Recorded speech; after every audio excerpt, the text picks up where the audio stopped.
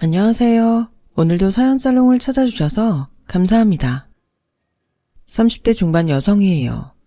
저는 어린 시절에도 공주가 나오는 동화책을 좋아하지 않았어요. 어린 눈으로 봐도 스토리가 너무 비현실적이라고 느꼈거든요. 공주가 아무리 재투성이로 있어도 왕자들이 기가 막히게 알고 찾아오는 것도 그렇고 매번 행복한 결말로 끝을 맺는 것도 현실과 너무 동떨어져 있다고 생각했거든요. 저희 부모님만 봐도 열렬한 연애 끝에 결혼을 하셨지만 결혼 기간 내내 치열하게 싸우고 사셨거든요. 그런데 남녀가 오래오래 행복하게 살다니 말도 안 되는 거죠. 이런 어린 딸을 보고 아빠는 바로 엄마 탓을 하셨어요. 어린애가 늙은애처럼 벌써부터 세상을 그렇게 비관적으로 보니 이게 다 당신이 애 앞에서 불평불만을 늘어놓고 살아서 그래서 그런 거야.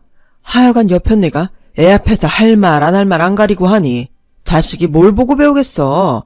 처자식 먹여 살리느라 죽어라 일하는 나만 불쌍하지. 아이고 누가 들으면 당신이 매달 기백은 벌어다 주는 줄 알겠네. 고작 쥐꼬리만한 월급 갖다 주면서 툭 하면 생색은. 다른 집 남자들은 당신의 월급의 2배, 아니 3배는 더 벌어다 주면서도 아내 귀한 줄 알고 자식 교육에도 얼마나 신경 쓰는지 알아? 인간이 툭 하면 반찬 투정이나 하고 사람들 앞에서 자기 와이프 깎아내릴 줄만 알지. 도대체 당신이 가장으로서 제대로 하는 게 뭐야? 입 있으면 말해봐. 늘 이런 식으로 흘러가곤 했어요. 그래서 일찌감치 저는 결혼이 아닌 독신주의를 택하게 되었죠. 거기다 제가 천성에 의심이 많아서 사람을 잘 믿지 못하거든요. 그러니 연애가 제대로 될 턱이 있나요? 하지만 이런 단점에도 불구하고 살면서 성격덕을 본 적도 있어요. 바로 사기를 당한 적이 없다는 거였죠.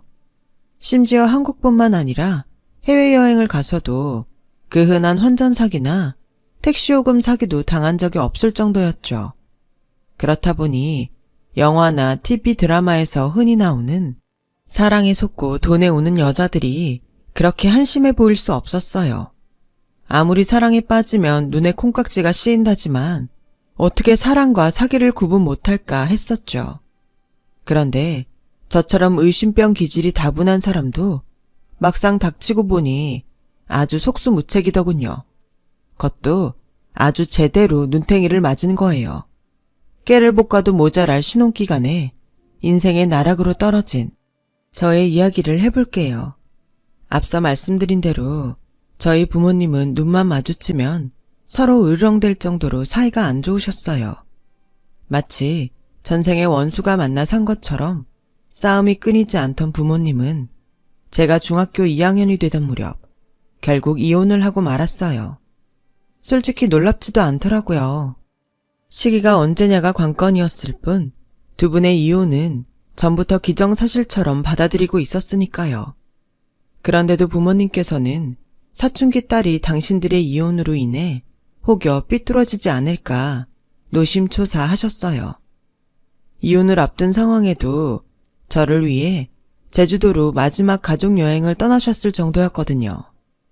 그때 제주도에서 보낸 3박 4일 기간이 제가 기억하는 한 부모님이 말다툼 한 번 없이 조용히 지낸 기간이었어요. 평소와는 너무도 다른 분위기에 저는 두 분의 이혼을 감지했던 것 같아요. 아무도 부모님은 마지막으로 부모로서 자식한테 단란한 가정의 기억을 남겨주고 싶으셨던 거겠죠. 제 예상대로 여행에서 돌아온 다음날 부모님은 저를 불러 당신들의 이혼 사실을 전해주었어요. 내용은 드라마나 영화에서 나오는 흔한 레퍼토리였죠. 비록 우리는 이혼을 하지만 엄마 아빠는 우리 딸을 영원히 사랑한다는 그런 고리타분한 얘기요. 그러면서 한마디 더 덧붙이셨어요. 저를 위해 헤어지는 거라고요. 아빠가 미안해. 가정을 지키려고 노력은 했지만 쉽지 않더라. 비록 지금은 엄마 아빠의 이혼이 혼란스럽고 받아들이기 힘들겠지만 따지고 보면 이게 우리 정원이를 위한 길이기도 해. 늘 싸움만 해대는 부모 밑에서 자라는 것보다는 차라리 한쪽 부모 밑에서 사는 게 나을 것 같았거든. 지금은 받아들이기 힘들지 모르겠지만 나중에 네가 크면 그땐 엄마 아빠를 이해할 수 있을 거야. 아빠는 평소와 달리 나직한 목소리로 차분하게 얘기해 주셨어요. 하지만 아빠의 노력에도 불구하고 저에게는 그저 이기적인 부모의 어설픈 변명 정도로만 느껴졌었죠. 부모의 이혼으로 제 인생이 크게 변하지는 않았지만 생활은 전과는 많이 달라졌어요. 결혼한 이후 줄곧 전업주부로 살던 엄마가 일을 해야 했기에 전처럼 혼자 집안일을 할 수가 없었거든요. 그래서 제가 엄마를 도와 집안일을 해야 했어요. 그렇다 보니 전처럼 방과 후에 친구들과 놀러 다닐 시간이 없었어요. 학원에 다녀오면 아침을 먹고 남겨둔 설거지와 청소, 빨래를 해야 했거든요. 아침에 나가서 밤 10시가 넘어서야 돌아오는 엄마는 내일 집에 돌아올 땐 기진맥진해서 씻지도 않고 쓰러져 잠드는 날이 많았어요. 그래서 제가 엄마를 돕지 않으면 안 되었거든요. 그렇게 한 3년쯤 살았을까요? 처음부터 엄마의 결혼을 반대하셨던 외할아버지가 우리 집에 와보시곤 안 되겠다 싶으셨는지 엄마랑 저를 외가로 불러들이셨어요. 외할아버지는 지방 유지로 재산이 꽤 많으셨는데 엄마가 다니던 대학도 때려치고 학벌도 돈도 없는 빈털터리 남자랑 결혼을 하겠다고 하자 엄마와 연을 끊고 사셨던 거죠. 그러다 외삼촌을 통해 엄마의 이혼 소식을 접하시곤 찾아오셨던 거예요. 귀하게 키운 딸이 이혼녀가 돼선 식당 일을 하며 어렵게 사는 모습을 보시고는 억장이 무너지신 거죠. 그래서 다음날 바로 사람을 시켜 저희 짐을 외가로 옮기셨어요. 엄마한테는 일을 그만두라고 하셨고요. 외할아버지 댁에는 외삼촌 내외가 함께 살고 있었는데 엄마랑 제가 불편할까봐 외할아버지는 외삼촌 내외를 분가시키셨어요. 남은 인생은 딸이랑 같이 보내겠다고 하시면서요. 하지만 외숙모는 한사코 분가를 거절하시더라고요. 나중에 알고 보니 외할아버지 재산을 저희 엄마한테 뺏길까봐 그게 겁나서 그랬던 거더라고요. 사실 그 마음도 이해는 갔어요. 이날 이때까지 무서운 시아버지 수발을 들며 버텼는데 10수년간 연락도 없던 딸이 들어와 시아버지 재산을 나누게 되었으니 얼마나 기가 막히겠어요. 거기다 이혼까지 해서 외할아버지한테 측은지심도 불러일으키는 상황이니 더더욱 걱정이 되었겠죠. 그래서 분가를 반대했던 건데 그걸 외할아버지가 모르실 리가 없었죠. 그동안 네가 성심껏 수발 들어온 거 잊지 않았다. 네 공은 나중에 충분히 보상해 줄 테니 다른 걱정 말고 이제라도 내 식구끼리 편안하게 살아. 더는 말 않겠다. 결국 외할아버지의 결정대로 외삼촌 내외는 분가를 하셨고 저와 엄마는 외할아버지 집에서 살게 되었어요. 이혼하고 처음엔 한두 달에 한 번, 그러다 반년, 1년에 한 번 정도로 저를 만나러 오던 아빠는 언제부턴가 제 생일도 잊고 연락이 뜸해졌는데 아니나 다를까 제가 고2가 되던 해에 재혼을 하시더라고요. 그 후로는 아주 가끔 전화통화만 할 정도가 되었죠. 그러다 다시 얼굴을 보게 된 건 상견례를 하기 며칠 전이었어요. 솔직히 저는 아빠를 만나고 싶은 생각이 없었는데 엄마가 상견례랑 결혼식엔 아빠가 참석해야 한다고 하도 강요하셔서 그렇게 된 거였죠. 아빠는 훌쩍 자라 결혼을 앞둔 저를 보시곤 저랑 눈도 제대로 못 맞출 정도로 미안해하셨어요. 새 가정을 꾸리고 살면서 저와는 거의 연락도 안 하고 산 게 미안했나 봐요. 그 일로 아빠에 대해 서운함이 있었던 건 아니지만 내심 결혼식장에 꼭 아빠 손을 잡고 들어가야 하나 의구심이 들긴 하더라고요. 생물학적 아빠긴 하지만 엄마한테 저를 떠넘기곤 양육비는커녕 위자료도 제대로 주지 않은 사람이었으니까요. 두 번째 부인하고 낳은 어린 딸 사진을 휴대폰 바탕화면에 깔고 사는 아빠를 보니 이제 정말 내 아빠가 아닌 것 같다는 생각도 들었어요. 그래서 퉁명스럽게 엄마가 닭달에서 나오신 모양인데 바쁘시면 결혼식 안 오셔도 돼요. 외할아버지 보시기 불편하실 텐데 부담 드릴 생각 없어요. 아니야. 그래도 그건 아니지.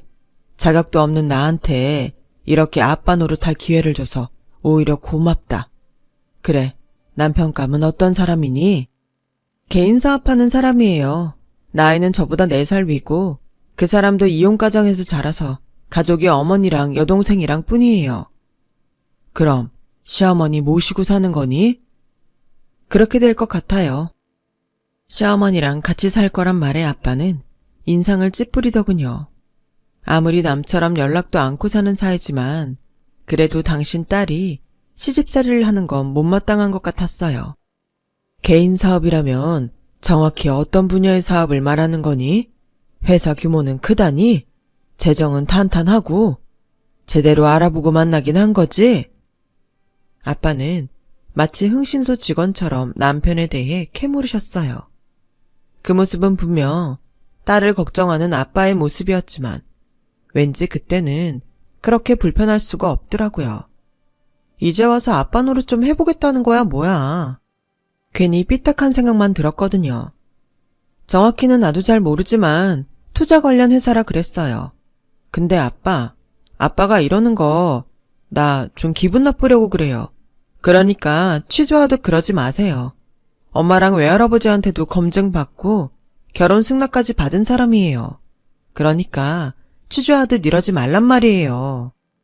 제 말에 아빠는 미안하다며 화제를 바꾸셨어요.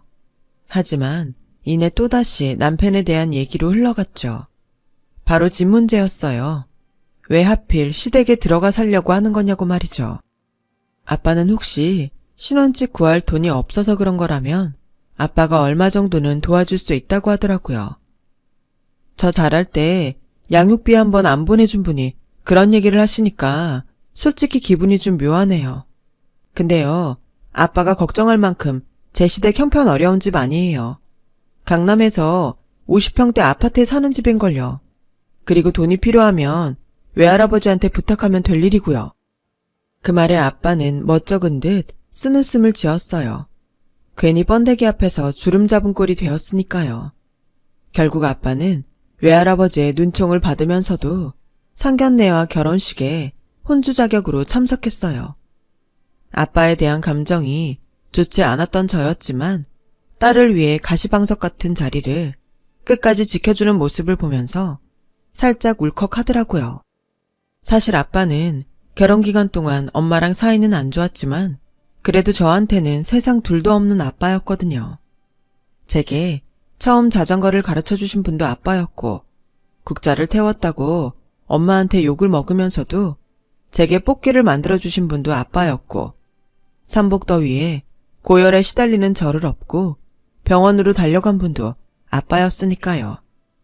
생각해보면 아빠는 함께 사는 동안 저와 참 많은 것들을 함께 하셨어요. 한동안 그걸 잊고 살았지만요. 저는 결혼식을 마치고 공항으로 가는 차 안에서 아빠와의 추억이 떠올라 한참을 울었어요. 그 모습을 본 남편은 영문도 모른 채 어쩔 줄 몰라 하더군요. 그래서 마음속으로 다짐했어요. 내 자식에게만큼은 절대로 내가 겪은 상처를 되물림하지 않겠다고요. 부모의 이혼으로 자식이 받을 상처와 자신을 그토록 사랑해 주었던 부모를 미워하는 일은 없게 하겠다고요. 그때부터 내 결혼 생활의 목표는 내 인생에 이혼은 없다 였어요. 걱정에 가까운 제 다짐을 한 방에 날려준 건 남편이었어요. 개인 사업을 하던 남편은 가정적인 사람이었어요. 부모님이 일찍 이혼을 하시는 바람에 집안에 유일한 남자로 살았던 남편은 다른 집 남편들과 달리 주방에 자연스레 드나드는 사람이었죠. 제가 커피를 부탁하지 않아도 아침에 먼저 일어나 커피를 내려주고 샌드위치나 핫케이크를 만들어주곤 했어요. 어머님은 그런 아들을 만류하기는커녕 제가 설거지라도 할라 치면 시누이를 불러 시키곤 하셨고요. 결혼 전에 남편이 자기랑 결혼만 해주면 평생 여왕처럼 떠받들고 살겠다고 하길래 그냥 하는 말이겠거니 했는데 아니더라고요. 시어머니도 아들의 그런 행동을 오히려 독려하곤 하셨고요. 남들이 말하는 고부간의 갈등이나 시월드는 저와는 상관없는 것처럼 보였어요. 게다가 시누이도 착해서 집안 살림이며 굳은 일을 저 대신 도맡아 하곤 했고요. 시댁 식구들의 사랑을 한 몸에 받고 살다 보니 이 남자를 못 만났으면 어쩔 뻔했나 하는 생각까지 들더군요. 독신을 고집하던 지난날이 아깝게 느껴질 정도였죠. 그러던 어느 날이었어요. 막 잠자리에 들었는데 남편이 심각한 표정으로 그러는 거예요. 여보, 할아버지께서 사주신 아파트 말이야. 혹시 그거 아직 비어있어? 남편이 뜬금없이 제가 살던 아파트 얘기를 꺼내더라고요. 그 아파트는 제가 대학 때문에 외가를 떠나 서울에 정착할 때 할아버지께서 제 앞으로 사주신 거였어요. 결혼하기 전까지 제가 살던 집이기도 했고요. 세입자 들이기 전에 수리를 좀 해야 할 것 같아서 아직 비워놨지. 근데 그건 왜? 이 말을 해야 하나 말아야 하나. 실은 말이야. 민지가 엄마 몰래 사귀는 남자가 있거든. 애는 착한데 아직 취준생이라 엄마한텐 취직하면 소개하라고 했다나 봐. 근데 얼마 전부터 몸이 이상해서 테스터로 검사를 해봤더니 2줄이 나오더래. 혹시 몰라서 내일 내가 병원에 데려가 보기로 했는데 문제는 엄마야. 우리 엄마가 깨어있는 분 같아도 그런 쪽으론 정말 고지식하시거든. 임신이 아니면 다행이지만 혹시라도 맞다면 큰일이거든. 그래서 말인데 만약 임신이 맞다면 민지 자기 집에서 좀 지내게 하면 안 될까? 오래 있을 건 아니고 남자애 취직할 때까지만 있게 해줘. 입덧이라도 했다간 엄마한테 바로 들킬 것 같아서 민지가 걱정이 태산이더라고. 직장이라도 있어야 엄마한테 결혼 얘기라도 꺼낼 거 아냐. 내가 월세는 줄게. 부탁 좀 하자. 자기야, 부부끼리 무슨 월세야. 그리고 민지, 자기 동생이긴 하지만 나한테도 하나뿐인 시누이야. 안 그래도 나 대신 살림까지 도맡아 해주고 있어서 미안하던 참인데 내가 그 정도도 못 해주겠어? 그러니까 그런 걱정은 하지도 마. 대학교 4학년인 시누이의 임신 소식에 놀라기도 했지만 그때는 일단 시누이 걱정부터 되더라고요. 다음날 회사에 출근한 저는 근무 시간 내내 남편의 전화를 기다렸어요.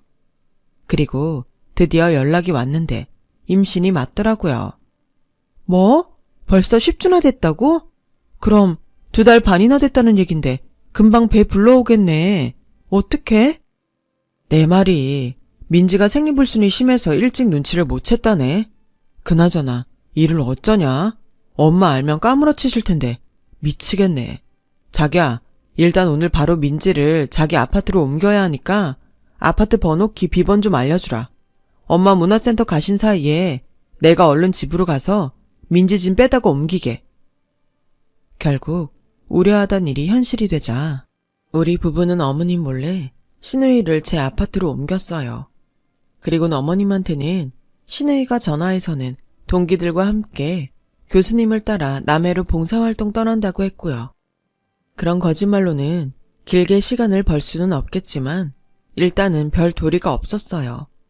임신한 시누이를 혼자 내버려 두는 게 걱정이 됐지만 아직 시집 온 지 불과 반년도 안 된 제가 집으로 찾아가면 시누이도 불편할 것 같아서 일단은 남편한테 모든 걸 맡겼어요.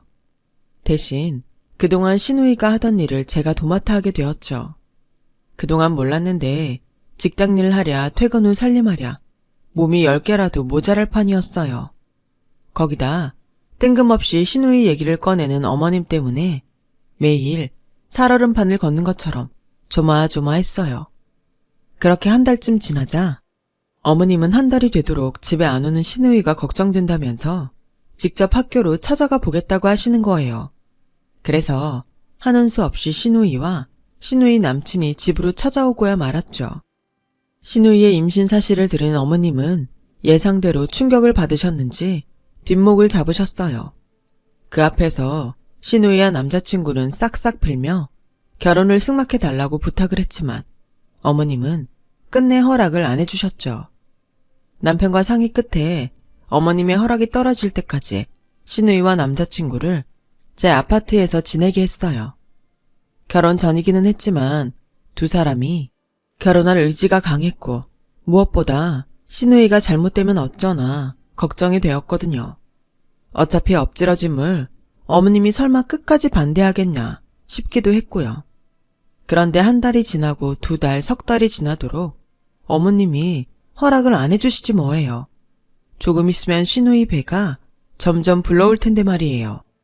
상황이 안 좋아서 저는 어머님을 설득하고 남편은 시누이를 달래며 우리 부부는 양쪽으로 나뉘어 이번 사태 수습에 나섰어요.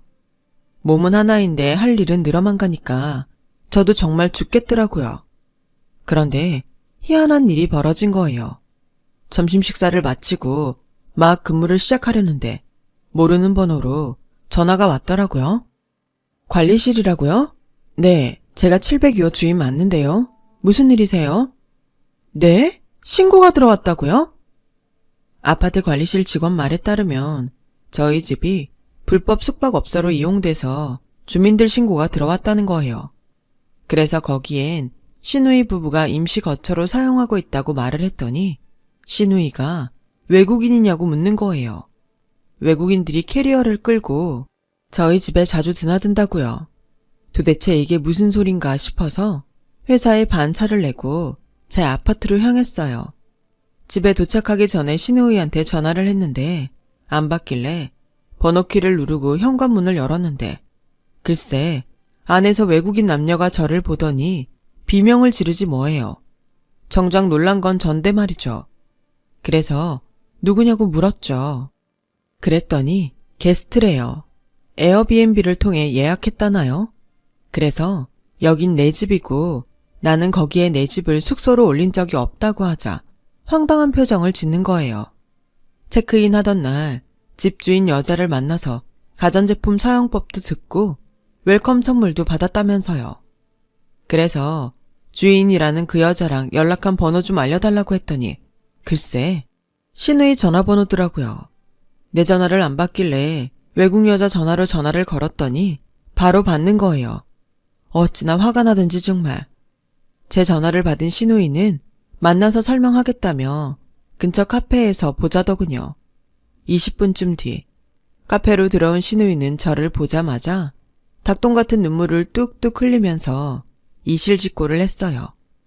배는 불러오는데 양가 어른들 모두 결혼을 반대하고 있어서 걱정스런 마음에 출산할 때 들어갈 병원비라도 벌 생각에 저 몰래 에어비앤비에 가입해 집을 빌려주었다고 말이죠.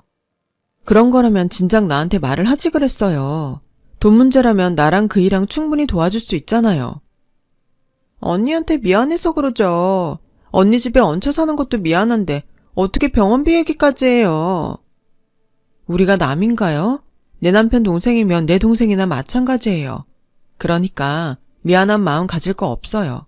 그건 그렇고 홀몸도 아닌 사람이 지금 어디서 지내요? 시누이는 남친이 살던 원룸에서 같이 지내고 있다고 했어요. 그래서 당장 가서 짐 가지고 오자고 했더니 한사코 거절을 하더라고요. 내일이면 손님도 돌아가니까 다시 제 아파트로 들어가겠다고요. 그래서 일단 그러라고 했어요. 그리고 앞으로는 아파트에서 숙박업은 하지 말라고 신신당부를 했죠. 시누이는 알겠다고 하더군요. 그날 밤 저는 남편한테 얘기해서 어머님을 설득해 보라고 했어요. 이렇게 시간만 끌 수는 없다고요. 그런데 남편이 지나가는 말처럼 내 코가 석자라고 이러지 뭐예요. 그래서 회사에 무슨 일 있냐고 했더니 직원 실수로 투자자가 엄청난 손해를 보게 됐는데 우리 쪽 실수라서 혹여 소송이라도 당하면 큰일이라나요? 하지만 당장 회수할 수 있는 현금으론 부족해서 손해를 보더라도 제주도 땅을 급매해야 할 판이라고 했어요. 그래서 내일 아침에 제주도로 내려갈 예정이라고요. 도대체 얼마가 부족한데 내 계좌에 돈이 좀 있으니까 말해봐. 그런데 글쎄 무려 10억이나 있어야 한다는 거 있죠. 아, 제주도 땅은 몇 년만 더 묵히면 대박날 땅인데 그래도 어쩌겠어. 당장 소송을 막아야 하는걸. 그나저나 땅이 좀 커서 금방 팔릴지 그게 문제네. 이번 달 말까지 말미를 달라고 하긴 했는데 그 전에 땅이 팔려야 할 텐데. 말이 쉽지 10억 규모의 땅이 그렇게 금세 팔리겠어요? 예상대로 제주도에 갔던 남편은 결국 빈손으로 돌아왔어요. 그날 이후 얼굴이 점점 흑빛으로 변하는 남편을 보니 제가 다 숨이 막히더라고요. 그래서 할 수 없이 남편의 땅 문서를 들고 외할아버지를 찾아갔어요. 상황을 말씀드리곤 땅 문서를 맡길 테니 10억을 빌려달라 부탁을 드렸죠. 외할아버지께선 잠시 생각에 잠긴 채 아무 말씀도 하지 않으셨어요. 그리곤 긴 침묵 끝에 할아버지 승낙을 받을 수 있었어요. 이 땅 문서는 필요 없다. 이건 네가 가지고 있다가 나중에 너 필요할 때 쓰도록 해라. 네 남편한테는 말하지 말고. 알았지? 그렇게 저는 외할아버지한테 돈을 빌려다 남편한테 주었어요. 남편은 덕분에 살았다며 제 손을 잡고 몇 번이나 고맙다고 하더군요.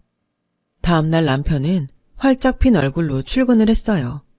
간만에 남편의 밝은 표정을 보니 제가 다 기쁘더군요.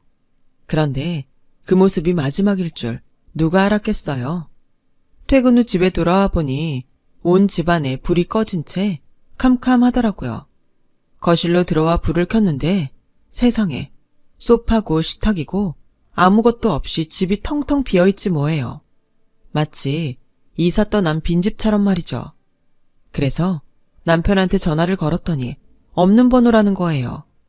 그건 시내의와 어머님도 마찬가지였죠. 망치로 뒤통수를 얻어맞은 것처럼 띵한 게 정신을 차릴 수가 없더라고요. 제 방으로 가보니 바닥에 제 옷과 화장품이 쓰레기처럼 쌓여 있었어요. 침대며 장롱, 그 밖에 남편의 짐들은 감쪽같이 사라진 채였죠. 그제야 남편이 날 버리고 떠났다는 걸 알 수 있겠더라고요. 다리에 힘이 풀려서 그대로 주저앉아 엉엉 울었어요. 한참을 울다 보니 남편이 건넸던 땅 문서 생각이 났어요.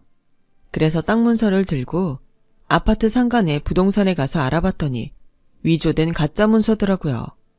거기다 더 놀라운 건 반년 넘게 살아온 어머님 집이 월세였더라고요. 처음부터 단기 계약을 한 거였지만 그나마도 며칠 전 갑자기 집을 빼겠다고 해서 집주인이 엄청 화를 냈다고 말이죠. 거기다 혼인신고도 안 돼 있더라고요.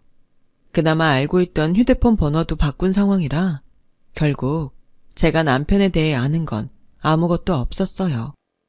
지난 반년 동안 살부비고 살았던 남편이 사기꾼이었다니 정말 믿을 수가 없더라고요. 어떻게 사람이 이렇게 속수무책으로 당할 수가 있나.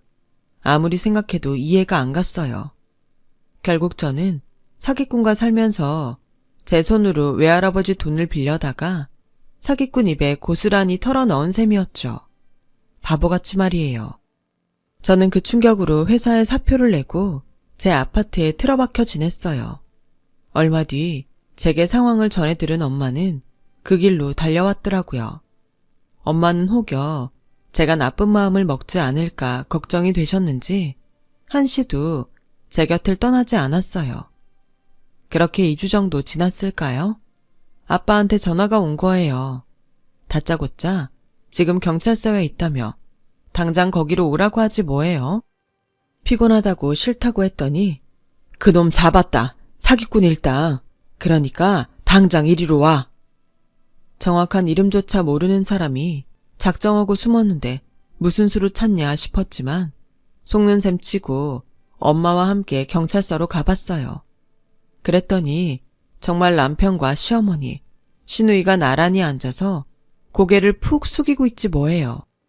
처음부터 남편 직업이 뚜렷하지 않은 게 의심스러웠던 아빠는 업체에 부탁해 남편 뒷조사를 하고 있었고 뒤를 추적해 일당을 소탕한 거였죠.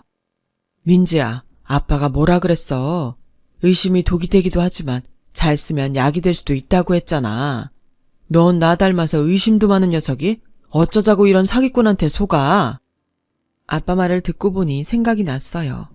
어릴 때 엄마가 자주 했던 중국놈 빤스를 뒤집어 입었나? 어쩜 이렇게 부녀가 똑같이 의심이 많은 건지 라는 말이요. 사실 제가 의심이 많았던 건 다 아빠를 닮아 그런 거였거든요.